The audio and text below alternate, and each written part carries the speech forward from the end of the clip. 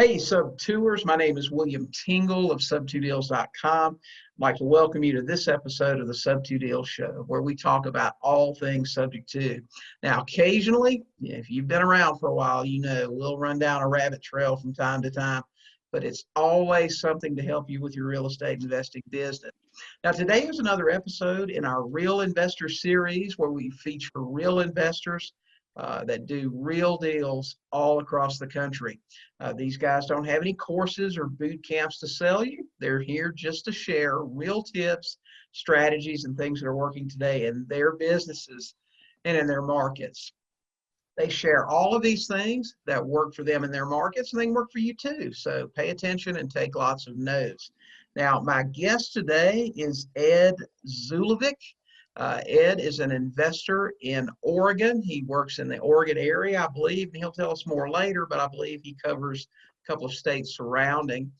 He's been investing for a while, has a lot of experience, and is a marketing expert, actually. He runs a company called Flip Sharks, and those guys do a lot of marketing. They're all over Facebook and everywhere else.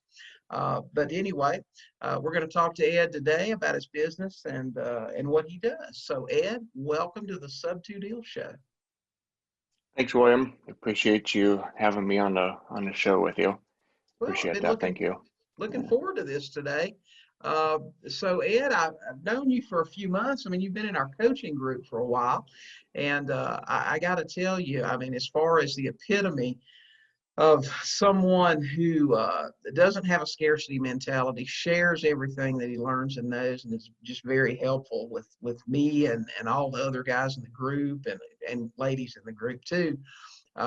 Really appreciate you, Ed, and all your contributions. So I was really excited to have you on today. Thank you so much. I'm always happy to share anything that I know that would benefit others, always. Yeah. Well, let's get rolling here. Tell us, Ed, tell us a little bit about your background, what you did before real estate, your family. Yeah, it's as always, everybody's has a unique situation, and I'm no different. You know, I grew up, I live in Eugene area, and I grew up just about 15 miles north in a small little farm town. And I graduated high school in 1990. It's been a couple years back. And I've always been a mechanic. I went to school, went to college to be a mechanic. I've been a helicopter mechanic for basically 30 years. So I've traveled all over. I've been blessed with that, a lot of different countries, pretty much every state I've worked in. And it wasn't until, I guess, after I got married, I think in 95, I guess, that the real estate really kind of came in focus. And it's a unique story. It was out of necessity. So 95, 96, I got married. Wife and I were looking for a house. Didn't really see what we were looking for and really what we could afford at the time. So my father was a contractor in the 80s, so there's a lot of skills and knowledge that I had at my resources there. So we picked up a house. It needed a lot of repair, so we basically, now it'd be an owner-occupied rehab. So we rehabbed the house over the course of a couple of years, about 2 years, I think. A lot of work. Decided we were going to move to a different school district, and we sold. And then that was oh my gosh. So basically what we did is we just created a ton of equity. So we just basically duplicated that strategy over quite a few years after that, done a lot of owner-occupied rehabs. And then I guess probably, I don't know, early 2000s or so, we decided to get into some rentals. And I guess that's kind of really where it started. I never really wanted to be a landlord. You know, you hear about all those problems associated with being a landlord. So that was resistance for me. So fortunately, my wife at the time kind of kept pushing, had some vision there, and I kind of fell for it, you know, and we brought in another couple as partners with us. And over the years, our plan was to get, 10 or 15, 20 rentals. So back in 2005 or so, that was kind of like the prime time high cycle in the market, right? So we were picking up those properties. We had 4 or 5, and we came to that 6th one, and the market was changing at that point, right? And we didn't really see any of that stuff coming.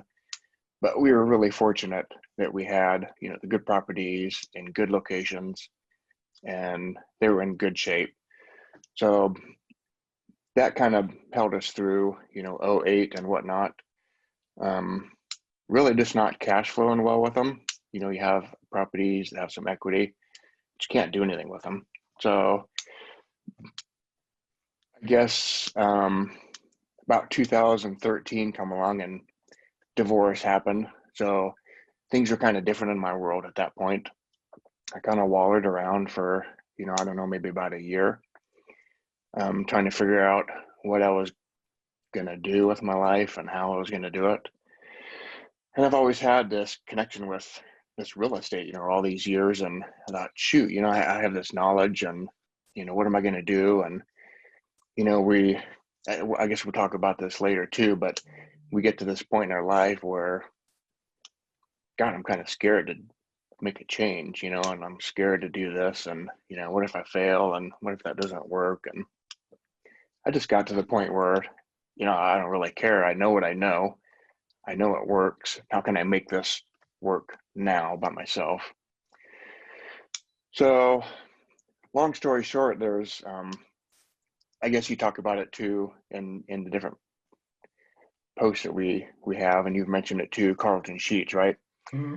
Oh, So I bought that course I don't know, years, and it must have been, I don't know, somewhere in the 90s or somewhere, and it sat in the attic, right?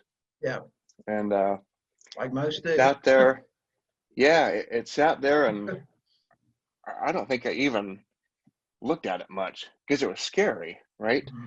Like you're scared of failure, so I had some other real estate training, during this time since 2013. Kind of got into a little bit of wholesaling, but I kept going back to the last deal that we picked up as a group, as a rental house. It was the 5th one we had, and it was an old lady, and it's so important today because I want people to think about it. This elderly lady, Harriet, she approached us and she said, "Oh, you guys are really great. Love you guys. I know you're looking for rental houses. I have a house that you might be interested in." I said, "Okay, so what's the deal?" And she said, "Well, I'm retiring. I'm moving into an assisted living facility, and I want to own or finance it to you guys."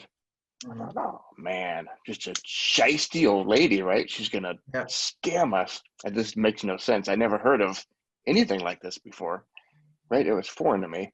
So I immediately went to my mortgage broker and I said, "Mark, what's the story here?" And he's like, "Oh, Ed," he goes, "You guys just got to do it. Just accept whatever terms and just do it. You just trust me." So, all right, Mark. So we drank that Kool-Aid, and long story short, that was probably the most valuable lesson that I've had, or one of the most in real estate, right? So since 2013, I kept going back to that case study and why did it work? What were the terms, the conditions that made that so important, and how I can use that today, which is a big piece of our business right now. And just kind of deciphering what that deal is and how it solved problems for so many people, and how we can kind of expand on that and create marketing funnels around that type of a deal. Right. So you said you actually got started with investing sort of accidentally, I guess, when you got married in 1995. You guys were looking for a house, so you bought one, and you sort of did an owner-occupied rehab. So you've been investing, I guess, then now for about 25 years. Yeah, it'd be about that long. Time flies, right? So yeah, you've been investing longer than I have. I bought the Carlton Sheets course too, but I didn't buy it until 1999. I'd been watching that guy on TV forever, and and I had this conversation with somebody recently. There are certain commercials, infomercials, things that if you're walking through, say, the family room or whatever, and it's on the television, it just stops you and you start watching. You don't know why. It could be Right. the copper chef pots and pans or Mm-hmm. whatever. Carlton Sheets was one of those. It just Right. attracted you. I don't know why, but it was always like that for me. I'd watch that infomercial a ton of times. But this Yep. particular time, I just said, you know what? I'm just going to buy it. I'm through Yep. watching. And Yep. and 12 months later, I was out of a job. I quit my job and was a full-time investor. Carlton Sheets Mm-hmm. gets a bad rap for some reason, but it's a really good, thorough soup to nuts on just about every way that you can invest. Absolutely correct. I think people, they see commercials like that, and really, I think a lot of us should be thankful for Carlton Sheets for his vision and what he did back Yeah. then, because really he was kind of like the leader in the Mm-hmm. business. Like Yeah. where else? I mean, besides some books, and where else could you get that type of information? It was so thorough and condensed and codified into one source, right? Yeah, I So, mean, all the a million forms, and I mean, well, I got my start, and I've told the story 100 times. Cold calling FISBOs in the newspaper. I mean, and these are people paying for ads. They're too cheap to get a realtor. They're the toughest crowd to sell. But I had my little stack of Carlton Sheets seller info sheet things sitting there, and I would call and ask those ridiculous questions, and yep, occasionally you get an investor on the phone that's listing a house and right, they go, I literally had one tell me once, put the Carlton Sheets course away. It's not going to work right, for you. yep, And but I kept calling and I bought a house 6 weeks later. yep, And that all comes down to, I mean, you can buy any book or any course, it doesn't matter. The worst one I've ever bought had some good information. But if you mm-hmm, got to work it, man, it's not going to yeah, buy the house for you. right. You Got to tell that apply. seller, right, Mr. Seller, the Carlton Sheet doesn't work for you. Tell me what will work for you. That's You do. right. I mean, it's a little discouraging, when you got people say, "Oh, it's not going to work." But I mean, Yeah. it's got to be better than working 70 hours a week in a hamburger place, right? Yep. Yep. Got to be better. So Exactly.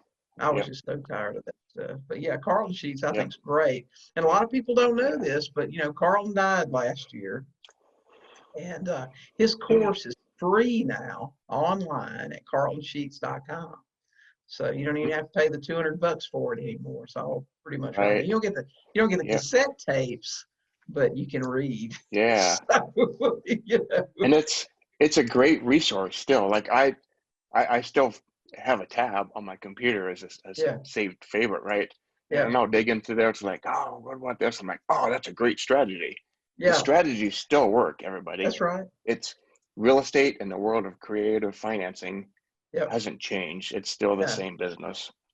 It's they name it different stuff. They call it astro flipping or whatever, or I can't remember some of the names for lease options now or whatever.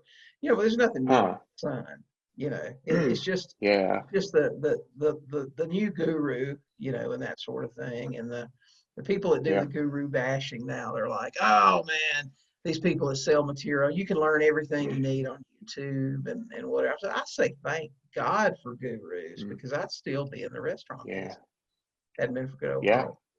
Yeah. Yep. Well, tell me now. You said that you guys focused on rentals, and that you've done several owner-occupied rehabs. I know you've been down the rehab road like a lot of us have. But tell us about your business model if you have one. I mean, you may be Yeah. somewhat of a transaction engineer, but if you had to say, this is what I really like to do, this is what we try to do, this is what we focus on, what would you say that your business model is today? Yeah. Yeah. Great question. It's kind of an opportunistic approach, I guess. So I guess you could say transactional engineer to some extent. I just don't like to, go down one specific way, right? I like to keep options open. I have that entrepreneurial vision that's Mhm. always there. So I guess the main thing that we really always focus on is some sort of owner financing, being involved in some sort of owner financing on the acquisition side. So for us, that's almost mandatory. So those are the deals that we source. We create funnels and we look for those opportunities and create them when we can. I guess that would be the acquisition side. The disposition side could be a number of different ways. It could be you could wholesale that deal off. You could keep it as a rental. You could turn around, fix it, rehab it a bit, and sell it on a all-inclusive trust deed, a wrap, if you're used to that term. So there's really no limit on, what we would do. Yeah. Yep. Just keep an open mind, Mm-hmm. Don't go into a deal and just think that it's going to be like this, because it changes on a dime, and what you thought was one way. After you sit down and you really got to talk with the owner, right? It might be sitting with the owner for a couple hours before really the terms of the deal come into the discussion. I think people just jump into that, like, what's your bottom line? For us, it's about solving the problem. What does a seller need? What are their objections? What are their questions? What are their needs? What do they need? What does their family need? How old are they? What are they going to do with their money? So we spend a lot of time trying to decode that with them, and in attempts to try and set up an owner finance type structure with them. Right. So you said something that is interesting to me. You said that you primarily focus on trying to create seller finance situations. And I get what you're saying. I mean, for me, that's sub two. Just let me take over the payments. If they got a little equity, we work with them on that. We like the ones where it's very little, so we can just write them a check and they can move on down the road. But I know there are a million different ways to do this. You said you create funnels trying to capture, I guess, these leads that will get you to the type of deal that you're looking for. So curiously, in that you normally hear about funnels in internet marketing. So tell me, expand on that a little bit. What are you finding to be the best source of lead to create a seller finance situation? Yeah, that's an awesome question. And really, relationships, to be honest with you. It's about networking with people, sharing what I do, what Dan and I do as flip sharks, how we can provide information to them, identify what their problems are right ahead of time. So we'll go after a group of people, say tired landlords, okay, just for an example. So we do a lot of research backwards. So a lot of people in marketing, they'll just send out blanket letters to 5,000 people, right? 4,500 of them might be completely irrelevant. So we look at it like, who are the 500 people that are the most likely to convert, and what we're looking for. So we structure those funnels towards those people, to say tired landlords, and we know where they are. We know that they purchased a property at a certain time period. Could be 2008, right?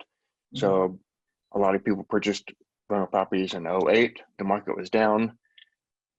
Now they may be ready to sell. COVID-19 is a factor now. So what people were willing to tolerate last year, they're not willing to tolerate today. There's a lot of headaches. So what do those people want? They're closer to retirement. Sorry, this is a long example. Oh, that's okay. Listen, I want you to break this thing down for me. Let's take this one step further. So one of your funnels is tired landlords. Okay. Well, okay. So you say, as opposed to the guy that's going to send 5,000 letters, they're probably looking. They're going to do a search, I guess, on PropStream for non-owner occupied or out-of-state owners that are probably they're going to be landlords. So if I've got a list of 5,000, what do I look for that takes me down to that 500? How do you sort that out? Yeah, length of ownership would be one filter we use.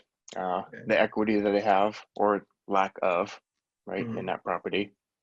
In the areas that we want to focus on. So those 500 people that we would search for may not be in the area that we want. So certain zip codes in town that we know that have appreciation levels that we're looking for. Right. And saleability, when we get this property, can we turn down and sell it? Can we turn it into a rental house? You need multiple exits, right? So that's the problem with flipping, right? This is why I don't like flipping as a business model. Right. So you find a property, you rehab it, you've got hard money, right? So you're locked into the terms of the devil right off the get-go, out of the chute, and you rehab it. Now, what do you do with the property? Yeah. Maybe you can refinance it, do a BRRRR thing. Good luck with that right now. So you're stuck with throwing it on the market and selling it, and then now you're back to step one again. Right. So you got to look at things a little differently. So having multiple exit strategies for us is key, right? So you have to be open-minded to being a landlord. There's just the cost of business. So back to the funnel thing, finding these 500 people and then sending out the marketing to those people that that are most likely to convert with what we need. Okay. And to expand on that is that would be, mailings, marketing, text messages, phone calls, postcards, multiple letters, many, many touches, right? Right. Not in a opportunistic kind of way. There were a little more thoughtful letters, right? That they know that they're not being mass marketed to. So They have a certain call to action, and they're a warmer, open-hearted type of letter, I guess you could say. Right. So these aren't just a one-time text message, you're done with them. I mean, you actually have a full campaign of a combination of those things. Absolutely. Yep. Yeah. Could be a 18-step system, right? Between letters, phone calls, text messages. And depending on the property, it would be a door knock, find the owner, right? And knock on the door. If it's that kind of property that we see, we have that vision for. So there's no holds barred on it, Wow. So you knock on doors? Yeah. Yep. There's a lot of people afraid to do that. When I was in Macon, when I worked in a local market, we targeted pre-foreclosures pretty heavily. And Georgia had like a 28-day foreclosure process. I mean, they didn't play around. There was a notice in the paper on the first Saturday of the month, and the first Tuesday of the next month, that thing was going to the auction. So you had a short window. And we had a system we operated in there. I mean, I was out before daylight that first Saturday getting that newspaper. There were no tip-off documents at the courthouse, no NODs or anything. I mean, that newspaper notice was it. And every investor in town that went after them knew it too. So, by the time the sun came up, 8 or 9 o'clock rolled around, I had already had my mailings ready to go out, that day. And then I was knocking on the doors of the cherry picked ones. And we used to buy, a couple every month because most people are afraid to knock on that door. Yep. Yeah, it's not fun. Got to do what you got to do, right? If you handle it properly, it's not that big a deal. I never had a gun pulled on me. I carried a few cussings here and there, but you show up totally non-threatening, and you knock on the door, and you step a few steps back, and you're very respectful. And I mean, it's just you're open in line, really. And ours was pretty simple. It was, hey, I'm looking for Mr. Smith. Mr. Smith, my name's William. I'm here because I understand that the bank's trying to take your house. They've hired an attorney to help them do it, and I'm here today to see if I can do anything to help. And that's you approach them first, try to help them, and if there's some way you can help them keep their house, whether it's helping them contact the lender and doing stuff that they're afraid to do, you do. And if you can't, you go to plan B. Well, we can't help you keep it. Are you interested in selling? Right. And most people are okay with that. Absolutely. Yeah. Yep. Good point. So, well, tell me, Ed, what would you say, if you don't mind sharing with us, is your best source for leads today? Now, I like to ask investors this, and if you had 24 hours to generate quality leads, I mean, you were on the street, you absolutely had to do something to make some money today. What would you go after? How would you make contact with people right now? Yeah, that's a great question. For me, relationships. I guess if that question was structured like, Ed, you already know people in the area, but what would you do today to generate those leads? Relationships. That's to even today that our biggest lead source is relationships, people that we've networked with and that we've helped over the years. Um, Always telling people what we do and what are we looking for. Mm-hmm. People are afraid to ask what they want, right? You have to ask those questions of proposition. What are you looking for? What do you want? What are you willing to do to get that? So you have to tell people, like I'm always looking for houses. I'm looking for private money. Those are the two things I need. Yeah. Birds and money. Mm-hmm. Without those two things, properties and money, right? Right. Those two go hand in hand. Buyers are easy to find. Mm-hmm.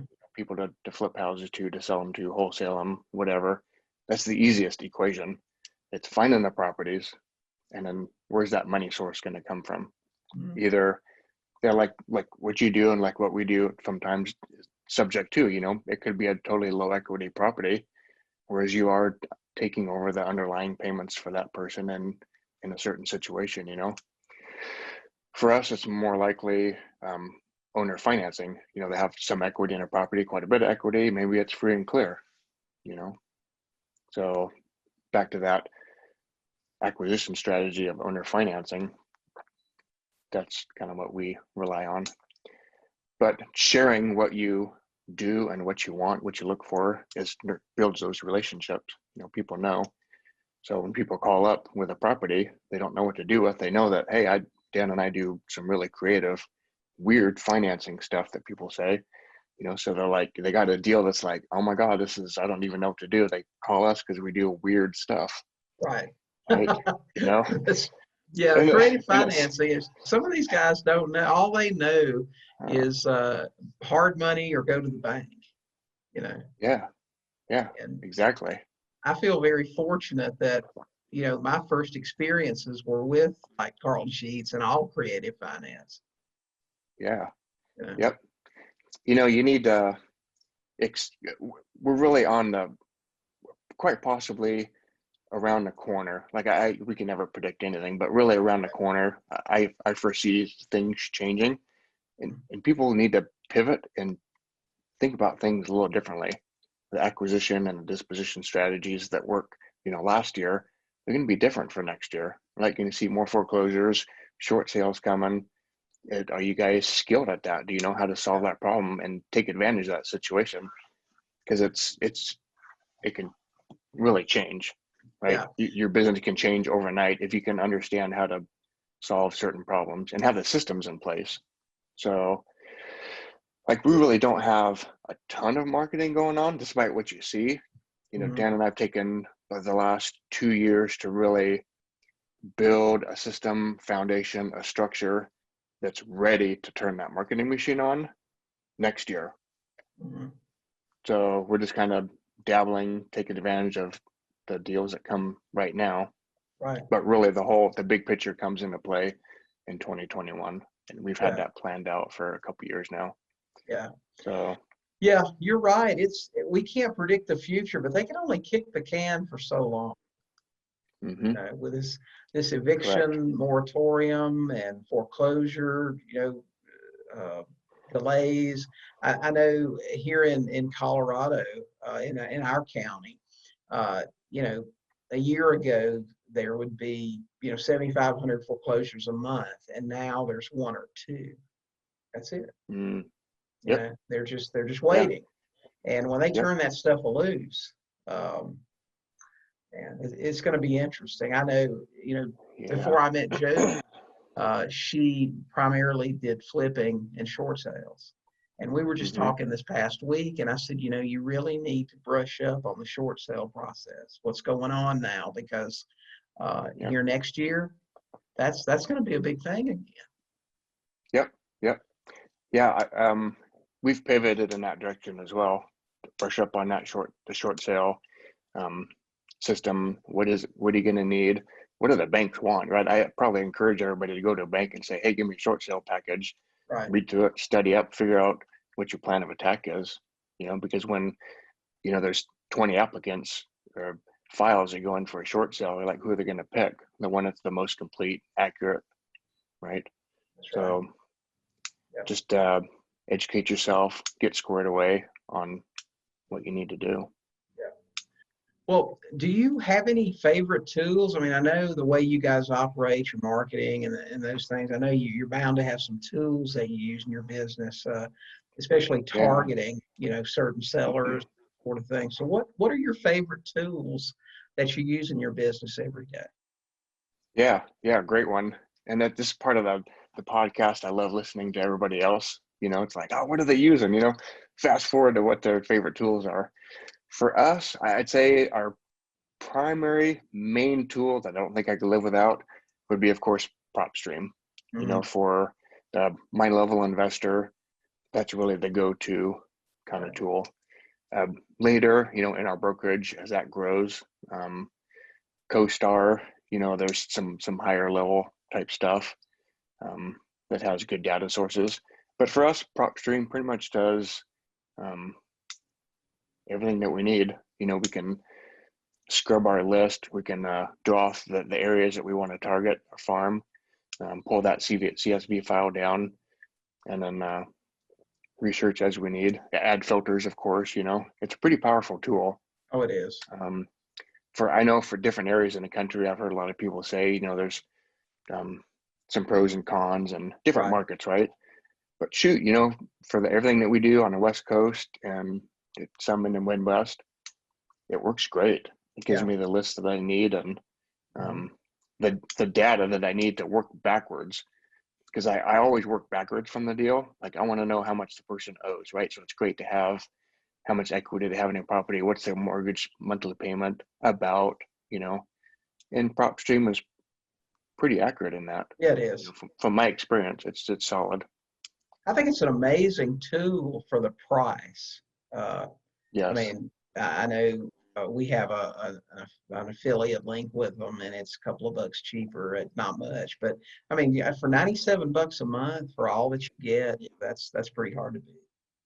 Yeah, it's very powerful for what you get. Yep.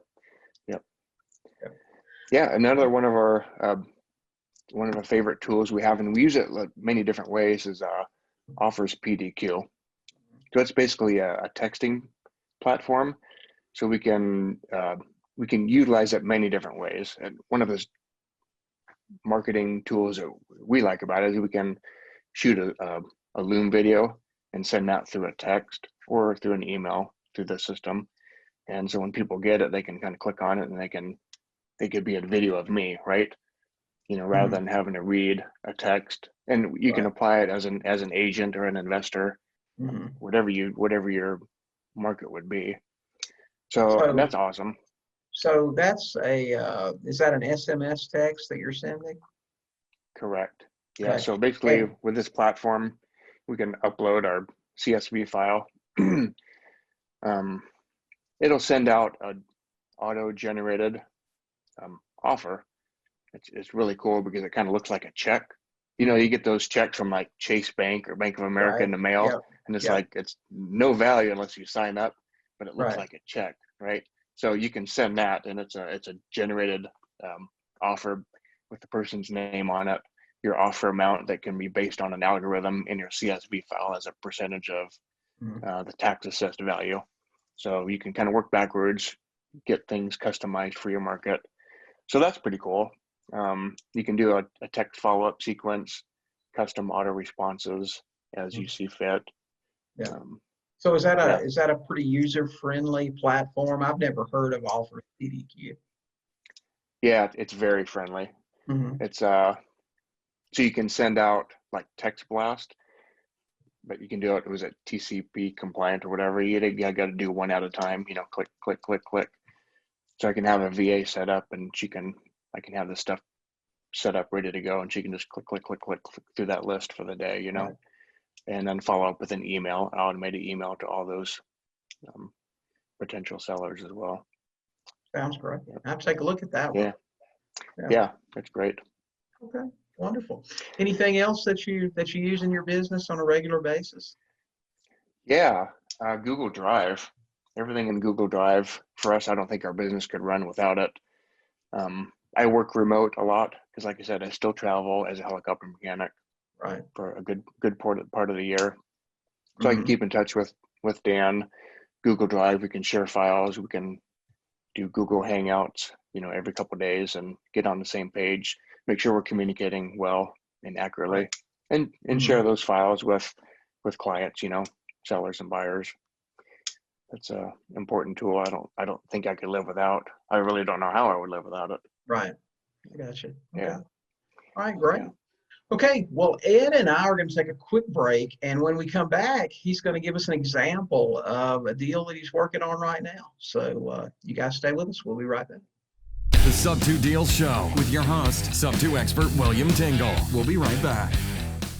Have you ever had a seller give you a house? It's a pretty awesome experience. If a seller wanted to give you a house today, would you know what needed to be done to make the deal happen? Would you like to learn how? The Ultimate Sub2 Guidebook will show you exactly what you need to get those deeds and sell those houses with seller financing. Join the thousands of other investors across the country who learned how to get the deed with the Ultimate Sub2 Guidebook. Get the Ultimate Sub2 Guidebook today at sub2deals.com. Back to the show, the Sub2 Deals Show with your host, Sub2 expert William Tingle. Hey guys, we're back with Ed Zulyevic out in Oregon. He is a real estate investor and marketing expert. He's talking to us today about his business, Flip Sharks, and how he buys real estate in Oregon and surrounding area. And when we left off, Ed was going to tell us, he was going to give us an example of a deal that he's working on right now. So Ed, what you got going on?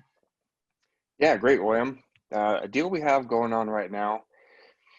It's always kind of frustrating because sometimes some sellers you have to follow up with them, even though you're mid deal, right? They kind of go Right. dark and different circumstances in their life. But the deal we have going on now really came from a lead from another investor, a previous relationship we had.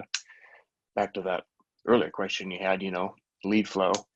So always nurturing those relationships. She brought us a property about a seller that she wanted to, I think, rehab the property. It really didn't seem to be like much money in that deal. After you got the rehab done and marketing, acquisition cost and all that, it's really a skinny deal.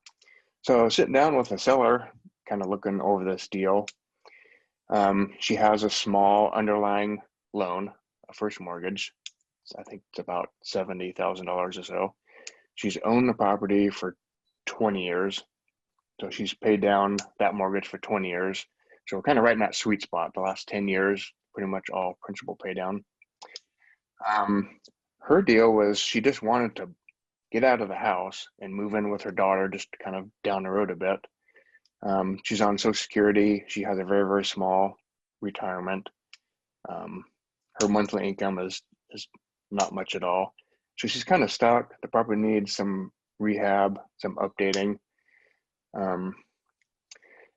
She just wants a little bit more money every month to spend. Mm. So we sat with her a few times, figured out really what her goals were. And at this point, the money is in the long-term hold of the property. So our plan is to possibly, subject to her primary mortgage right now, which is a small payment, and then have her carry back the balance of that equity that we have agreed upon. Mm. And she's going to move out of the property. We're going to bring in some private money to do a quick little rehab and most likely sell that on a all-inclusive trust deed. I got you. Okay. Yeah. So she's gonna get a better return, I guess, obviously on her equity than she would if she stuck at the Mm-hmm. CD or anything. Absolutely. Yeah. Yeah, and pretty much her retirement, her Social Security now basically pays for her first mortgage, Mm-hmm. taxes, and insurance. She doesn't really have much money to spend after that. So she's pretty tight. So by the time we take over her payment, so that's like $700 a month, she's not taking out of pocket to pay for that. We'll take care of that for her. So she gets to keep that 700 or so. And our payment to her for her equity is about 3.25 a month. Mm. So she's basically effectively netting 1,000 Right. usable dollars a month. Mm-hmm. And one of her biggest concerns was moving. And this is why it's important to really take the time to talk to the owner and figure out what they really need. Because people want to flip a house, they just want in and out, get the bottom line and get out of there. But as you talk to her, her main concern is moving. Mm-hmm. She's been there for 20 years, right? She's got a lot of stuff. She said that she doesn't need much stuff, but top of her mind, she's concerned about moving. Right. So addressing that, you talk to her and it's like, hey, you know what? If moving is such a problem, I'll come over there with boxes. Here's part of the deal. We'll buy the house and I'm just going to throw in the deal, some boxes. I'll get the moving van for the weekend. We'll come over there and move your stuff. It's really no big deal. Right. It's a small part in the scheme of the big picture, Mm-hmm. because we're looking at a 10-year plan with this, because that's where the money is, the payoff and the spread between these two, the buy and the sell. Yeah. So solving those problems, and it may seem small to most people, but it's a big concern to many sellers. Exactly. Yeah. So, but you have to listen to what they're telling you and hear it. Yep, that's true. I like to say the deal is almost always in the story. Correct. Get the story from the seller. That's where you'll find the deal right there, what they need. And sometimes it's not that expensive what they need or what they're wanting. And I'll tell you this too, and you probably already know this, Ed, but sellers like that who are in that kind of situation. Now, let's say you said your plan is long-term with this property to hold it for 10 years, whatever.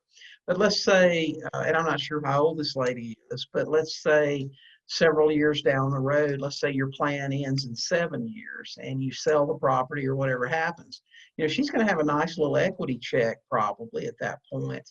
But people like that are an excellent source for private money after the deal is done, because a couple of reasons. One, they've got this money they're used to getting probably, and I don't know what you're paying her as an interest rate. Maybe you've negotiated no interest, but if you took her a check for $50,000, she would probably just put it in a CD or something to generate some additional income, paying her 1% or whatever.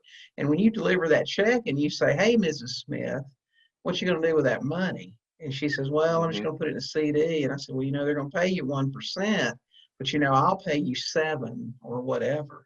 She's already used to getting payments from you. She trusts you. She's going to give you that money to do things with. So they're an excellent source. Absolutely. Yep. And I see them, they're always my partners, because they always turn into my partner. They're my lender. Yep. And the most important part of that deal is that the seller, the lender to me. They're like my blue ribbon investor, if you will. I write the notes. My notes are very structured in a certain way, right? And if we cash out, this could get really down a rabbit hole on the world of creative financing. But with the notes that we write, I have the ability, and we work it out with a seller, that I can move that collateral to a different piece of property. So even if I sell that property, I still keep her into the deal, because to me, the most important part of that deal is her and the money that she loaned me. I need that money for other stuff, right? So be able to move that note to a different piece of property that I own is crucial. I don't ever want to cash out that private money. And that's a good tip for investors, is the ability to substitution of collateral clause should be in every one of your notes. Absolutely. That gives you a lot of options.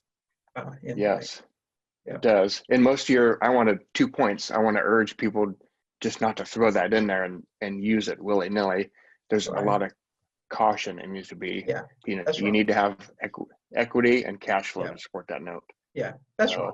I mean, you don't ever want to, mess your seller over or anything like that. There needs to be protection. Anybody can abuse anything. But Yep. you want to Yep. consider your seller, keep them safe, because like I said, Mhm. like you've said all along in this podcast, relationships. Just because you pay them off down the road or whatever, they can still be a partner with you in other stuff. Absolutely. And You've more already, often than not, they do. yeah, you've already spent time cultivating that relationship. And like I said, my first private money person was someone I had done a sandwich lease option with. And he was used to getting payments from me. He knew I paid on time. He knew he could trust me. And when I delivered that $120,000 check to him, I said, "What you going to do with that money?" And he said, "I Mhm. don't know what you got in mind." And I made a proposal, and he said, "Sounds good to me." And Yep. anytime I needed 20,000 or 30,000 to catch up arrears or do a little bit of fix up on a house I'd gotten the deed on, I'd just call him up and say, "Hey, I need 20,000." He said, "Come out here and get a check." Yep. It was just that easy. It's a lot easier than dealing with a It bank. does. So Absolutely. And you get to create the terms that you both want together, that's right. Yeah. right? You Yep. built a trust and a rapport with him, and you had a great relationship. It's really funny Yeah. too. My first private lender, his name was Mr. Coley, and he had a wife. They had married late. They were second husband and wife. They had had long first marriages, and both of their spouses had passed, and they met each other late in life. So people like that typically have separate money, you know. Mhm. But I dealt with him like that for a year or so. And one time I went out to pick up a check from him, and his wife said, "Hey, I want to get in on some of that too. I got a little money. What can we do?" And so I started borrowing money from her too. It was really funny. She Yeah. had to have a little bit Yep. more interest than he did, though, just because, Yeah. Yep. Yep. it all worked That's out. So awesome. that's great. Yeah. Well, tell us, Ed, and man, you talk about a rabbit hole. I got a feeling this may take us down one. Tell us about your most Yeah. unusual deal, the one that had Yeah. all the moving parts and whatnot. Tell us about it. Yeah. Here's the rabbit hole. So I love this deal, and I know you're not a fan of mobile homes, right? And I'm not either. But it's about seeing what other people don't see, right? It's about creating a garage for money. So back to the relationships. So I get a phone call. A friend of mine that we network with is an agent. He's like, "Hey Ed," he goes, "I got a property you might be interested in." It's like, "All right, tell me about it." He's like, "Well, it's a mobile home." "Nope, I don't want nothing to do with mobile home." He goes, "Oh Ed," he goes, just hear me out, right?" He goes, "It's a mobile home. It's out in the country, and it's in this town." I'm like, "No, no, no. I don't like that town. Yeah. I don't like it out rural. You know the story, right?" So he's like, "Oh," he goes, "I know you have the answer to this. You can figure this one out." He goes, "I'm going to go on this kind of a quasi listing presentation." He goes, "Why don't you come on down there with me?" That's weird, right? Crazy. So, okay.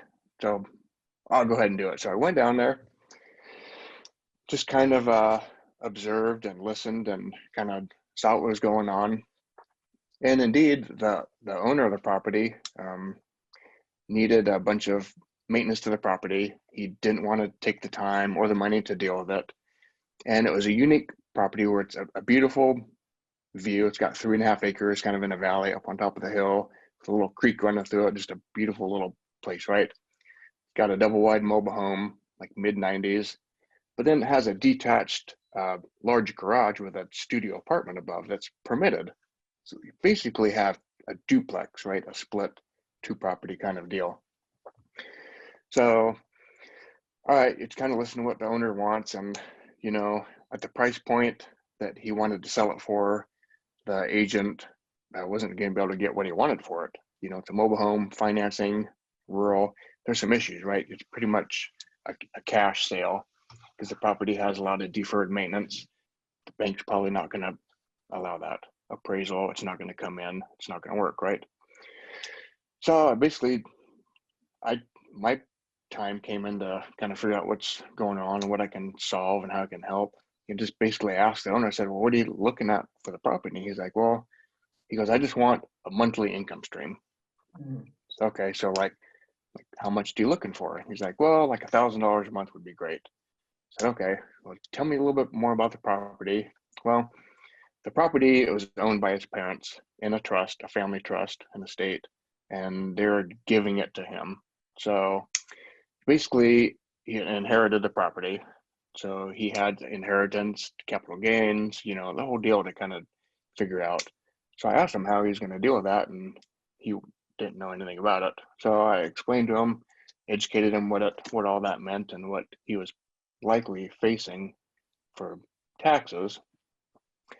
So I informed him that there's alternative ways that we can deal with this if you want to learn a little bit more. So then I went into the owner financing part.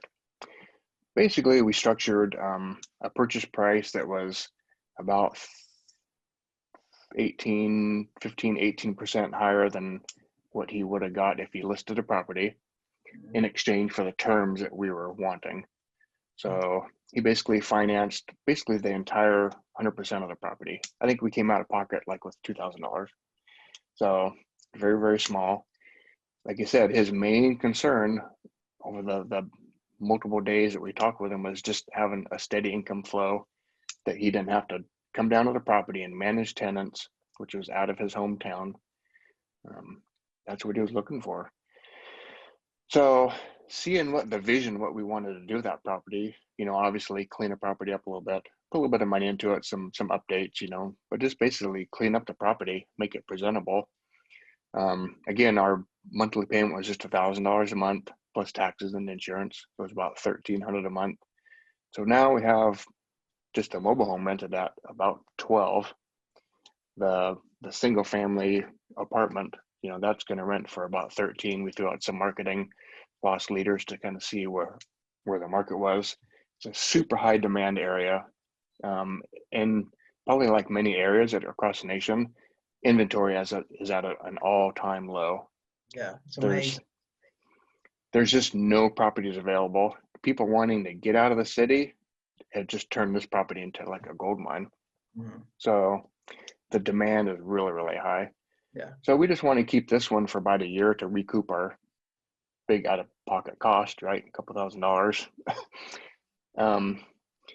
But it's we walked right into an equity deal, right? We got huge net cash flow, net positive cash flow every month, after a generous savings account contribution, every month. So the cash flow is great. We have a lot of equity. That's the kind of the garage that we're looking for money, so that just will fund other deals. So it's just, I guess I just want to remind everybody, don't come to conclusions on deals, until you fully, use 2 years and listen to everything, Right. Absorb the whole thing, keep your entrepreneurial vision open, right? What can you do with the property? What's the expandability? What can I add to value to that property? So I almost said no to that phone call and didn't go down there, but really it's, I think, my all-time lifetime best deal ever. Oh yeah. Yeah, That's interesting. absolutely. I know. Yep. I know. It's tough, those mobile homes, but I mean the returns are incredible. I mean the money you can make with them, it's really. I know. Yeah. Talk to Pam all the time about it. She loves them, and I've known a lot of Yeah. people make a lot of money with them. Yep. Yeah, the mobile home, it's really the property, the location, and having the studio apartment separate, because you can just push a mobile home down the hill, burn it, and then scrape off the lot and have, someone could live on one side of that apartment and build their dream home. And it's that mobile home is the worst property on that whole dead end road out in the country. They're all like really, really nice homes. Right. So there's that potential is there that people want, And again, going back to taking the time with the seller, right? What does he really need? And, we hinted on that substitution of collateral, and I brought that up in my offer. Said, hey, Mr. Seller, for us, that note writing is the most important piece, because we can get the terms that we're looking for and the different clauses and whatnot, and that substitution is one of them. Kind of go back on that. So I explained to him what that meant, and he was like, I don't really know about that substitution thing. I said, well, think of it this way. Would you rather have this dumpy mobile home as collateral, or a 9-unit apartment complex collateral later? And he says, well, heck, the apartment is a way better deal. I'm like, okay, that's part of why we want to have those terms in there, is it's just not beneficial for me, it's beneficial for them, right? So that's right. That's exactly right. So that's that's, probably my favorite deal, most complex deal, because the whole deal almost fell through. We had problems with the escrow agent, title company.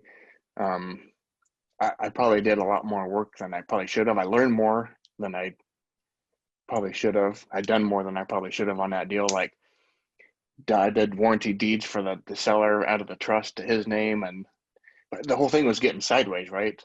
So I think at this point, I learned a good lesson. Like, you buy a property, you give your offer, Mr. Seller, you're gonna have to find an attorney to do all that stuff for you, Yeah. because Ed's not gonna do it again, because it's probably a liability, But I had to do it just to get out of this deal. It was gonna fall through, but I learned a lot, Yeah. Oh, yeah. Yeah, the complicated ones are great because not only do they have the potential for a lot of profit, but man, once you understand how things like partial interest or inherited property with other heirs, and I mean all those things, once you work through one of those, you have some skills going forward. So Right. yeah, it's worth a Yep. lot, especially if you Yeah. can learn in a complicated deal like that and make a good profit. I mean, that's like somebody paying you to go to a high-end seminar. That's Right. hard to beat. Yep. That is Yeah. hard to beat. Because these complex deals, you're dealing with a family trust, and of course that's getting deeded into a trust that we created. Right. That I've learned from you, and how to wield trust, and you throw in notes and deeds of trust, and Yep. remainder beneficiaries on those notes that you created, and Yep. maybe a lot of these people that we deal with, they don't have any estate planning. Mhm. Like, back to the lady that we did working on a partial sub 2 and then a refined owner carryback with her. Again, one of her concerns talking with her is she said, well, what if I die? I'm no spring chicken. I'm 75. She goes, what if I die? It's a great question. In our note, you're the primary beneficiary. Your daughter is the secondary beneficiary. Your 3 grandkids. I said that note keeps paying them. After you're gone, that just the successor steps up. So learning how to do that is important, and it just goes back to having a good mentor, right? Mhm. Learning how to create a trust, whether it's a land trust or if it's a personal property trust to hold that note, whatever it is. I encourage people to educate themselves more, right? Well, that leads right into our next question, Ed. I mean, you do a lot of stuff, and some of it's not that simple. Tell us where you learned to do all your creative stuff and all about real estate. Yeah, it's just I've sourced it from a lot of different places. Reading, a lot of reading. I'm not the biggest reader, Mhm. but I'll pick up a book, and if it's help solve a problem I'm looking for, then I'll read it, learn it. So Carlton Sheets, of course, we talked about that.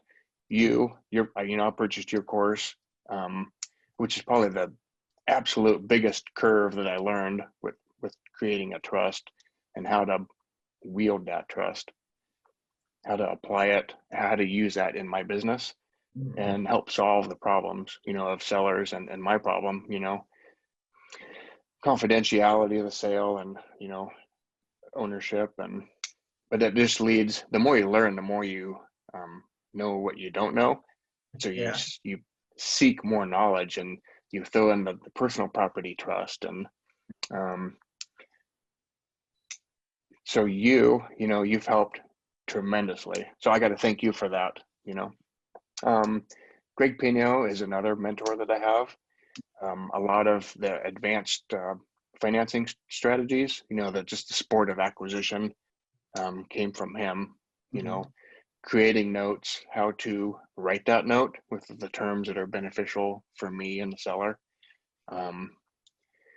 Some of that can be kind of complex, the substitution of collateral, and um, subordination clauses, and first right of refusals, things that you need in those notes that, benefit me in many different ways. Um, just learning how to leverage money, because really we were taught all wrong.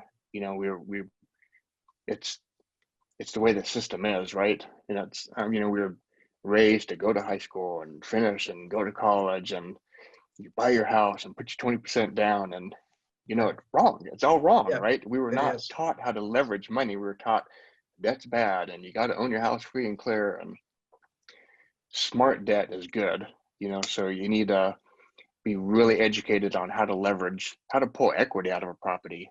If you own a property, it's tied up in different ways. How can you pull equity out of it? There's many ways. People think this, I got to go get a HELOC. When you acquire a property with certain terms with owner financing, you have different options. Right. So there's just a big picture that people don't really know. So seek out additional knowledge, seek out some mentors that can help you cut the corners and learn quickly without making some big mistakes. Of course, we learn more lessons from our mistakes, but having the right mentors and the right relationships will help you from a disastrous situation. I agree, totally. Well, Ed, I'll tell you, man, we appreciate you sharing all this information with us today. I've got one more question for you. If you had some advice to give new investors getting started today, people looking at real estate saying, hey, I want to be an investor, I want to get started, what would you say? I would say quit waiting. Just jump in and do it. We're all scared. We're all afraid and scared of trying those new things, right? Taking that leap. It's, what if I fail? What if it doesn't work? Yeah, whatever. Just do it. Quit making excuses and jump in and do it. Find the people that can help you do that. We're the sum of the 5 people that are around us, or whatever that saying is, right? So find those good people, create a core, find a mortgage broker, find a real estate person, find someone to bring in to your inner circle and help learn and grow. Just do it, right? It's if you're persistent, you have the perseverance and the drive and the motivation, you're gonna succeed, right? Yeah, that's right. I agree. Always be learning. Absolutely. That's totally true. Yep. Ed, thank you so much for taking an hour out of your day to come talk to us about your business and share what you're doing and how you're successful. We really, really appreciate you. I appreciate you inviting me. Thank you so much. It means a lot to me. So All right. Well, thank you very much. All right. All right. Well, Sub-Tours, that is it for this episode of the Sub 2 Deals Show podcast. You can find show notes and a transcript at our website, sub2podcast.com. If you enjoyed this episode, we would absolutely love it and appreciate you tremendously if you would subscribe and give us a 5-star rating on Apple Podcasts. It only takes a minute and it helps others discover the show. And finally, if you haven't yet, and I don't know why you haven't, if you haven't, you can join us in our free Facebook Subject To group at sub2forum.com. We talk Sub2 all day, every day there. It's absolutely free. So until next time, keep talking to sellers, keep learning, and you will buy some houses.